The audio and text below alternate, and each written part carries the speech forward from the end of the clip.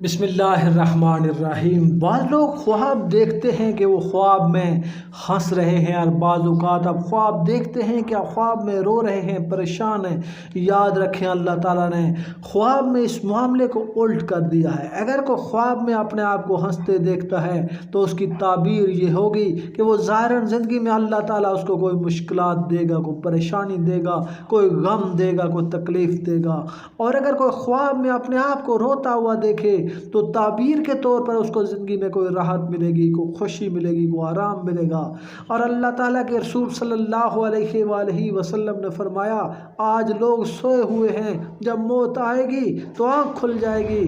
गोया के सोए हुए हैं, जागेंगे मौत के वक्त। अभी हमें नहीं पता कि जन्नत में क्या है, जहन्नम में क्या है, हम नहीं देख सकते।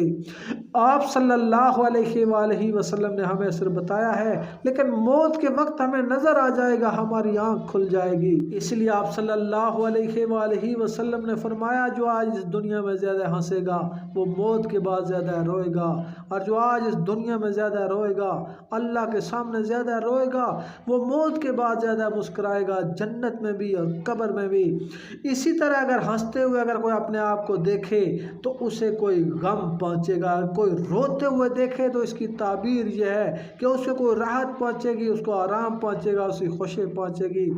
अब ऐसा ख्वाब देखने के बाद इस इंसान को चाहिए कि वो 7 मरतबा ये आयत पढ़ें, 7 दिन तक ये दुआ पढ़ें, इन्नल्लाह मअस-साबिरीन। इंशाअल्लाह अल्लाह ताला आपको ताबीर के नुकसान से बचाएगा, अल्लाह उसे शर से बचाकर खैर की तरफ ले जाएगा इंशाअल्लाह।